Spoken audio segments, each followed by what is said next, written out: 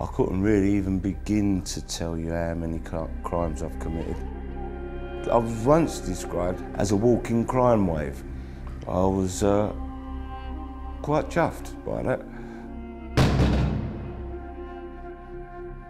I've always drunk. I used to love a drink, even as a kid. It was a way of life. I started taking drugs when I was 10. So all of a sudden I looked round and I was sticking needles in myself. I was an heroin addict.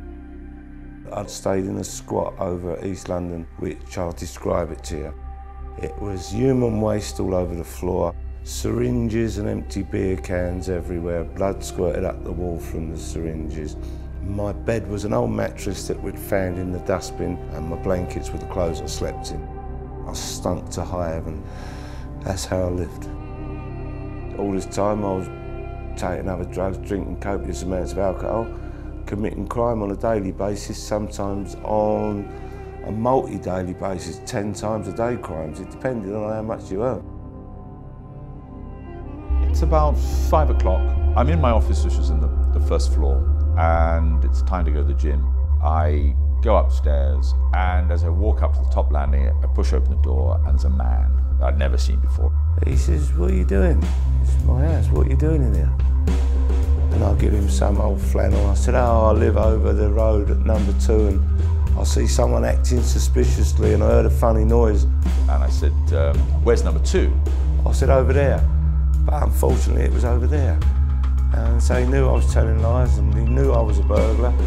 He unfortunately ran into a kitchenette that we have on the top floor and shouted "knife." And so I thought, oh, God, now we're in real trouble. And I had this guy after me, and I didn't get a knife. I got the top of the oven, heavy old thing, cast iron, and I put it, smashed him over the head behind me.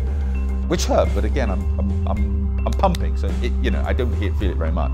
He stumbled and we fought, and as we fought, we rolled down a flight of stairs, proper John Wayne stuff going on there, and there was a big old flower pot, and I picked it up and smashed him straight over the head with that.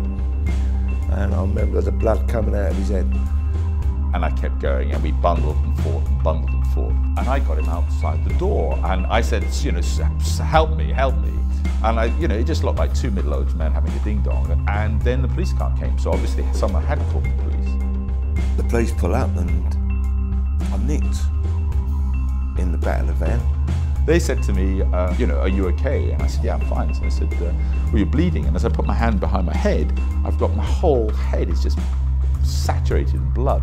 I'm not about to sit there feeling remorseful and sorry. It was just a bad day at the office for me, so I'm off to prison, and oh well, can't wait to get to prison, because get to prison, that means I can get some drugs.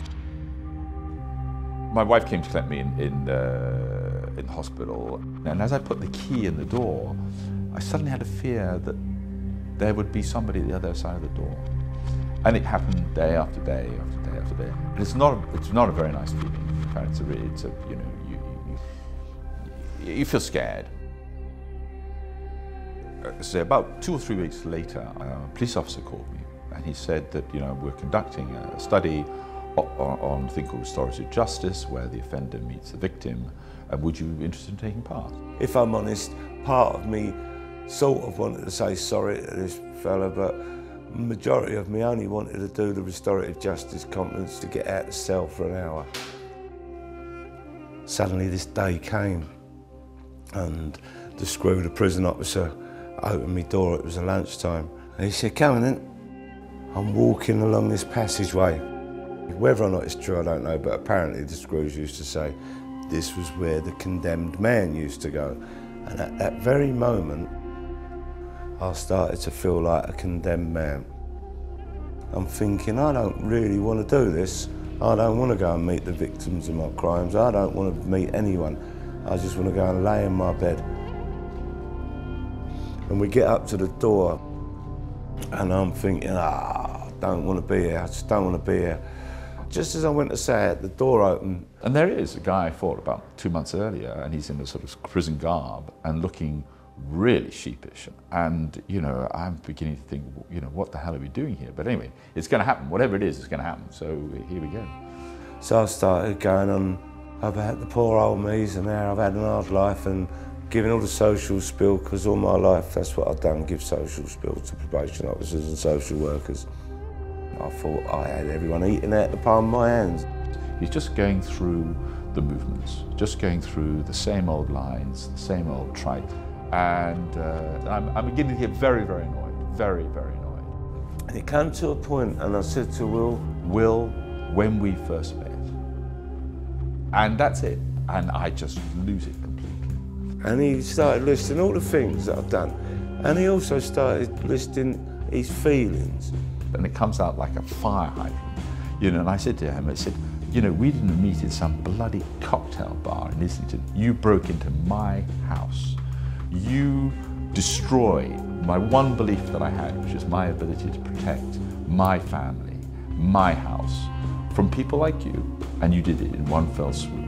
I never knew it made people feel sad, angry, bad, depressed, isolated, guilty about things I'd done, yeah? I didn't know. Peter was just, I mean, it was like a train hitting him. You could see that he thought, God, you know, I've done this. It was like a flow of emotion started coming out, and I never realised it. I just never realised the damage I'd done. I never realised the harms I'd caused. I never realised how many people it affected. And he was a man who wasn't showing remorse because the lawyer had said, you've got to show remorse, you get time off. He was a man who was genuinely affected by what we had said. And we start conversing, we start talking, and Peter starts talking. He starts talking from his heart, from his real core of his existence. When you hear the damage, what you have done, when you hear the harm you've caused, you've got to be a very, very bitter and twisted human being if this doesn't affect you. You've got to be a sicko. I was fully expecting these people who I'd done a lot of harm to say, lock him up, give him the birch, throw away the key, we don't care. But I was quite amazed. So I went back to that cell and sat there with all these feelings, you know, and I sat with them for a long time trying to work them out and separate them. And you can't just leave him there. You've got to help him help himself. So therefore we then went out and said, listen, we want to see you change. We want to see you get yourself together. We want to help you in this process. We'd like to see him address his alcohol and addiction problems. We'd like to see him address his offending problems. We'd like to see him maybe get some education, and we'd like to see him even get a job when he gets out. In a court of law, the victim sits in the public gallery. He, she, his family, his loved ones are the most affected by this crime, and then the least involved in the process. They don't get no input into it, and there's questions that need answering, and they can't possibly answer these questions unless they meet the harmer, the wrongdoer, the villain of the piece, the criminal. And that's all this is bringing people around, well, it happened to be a prison table, but I mean, it could be anywhere, and having them saying, well, why did you do that? You know, do you understand how that affected me? Do you understand how that affects other people? Ever since we first met, we continue to meet. We have become, both of us, utter converts to restorative justice, to restorative approaches, to bringing offenders and victims together. Because of that conference, it initiated change, it implemented change. I implemented the change, but it sort of gave me the kickstart I needed. You know, I can't express gratitude enough for the restorative justice program, and I've got to leave it there for a minute.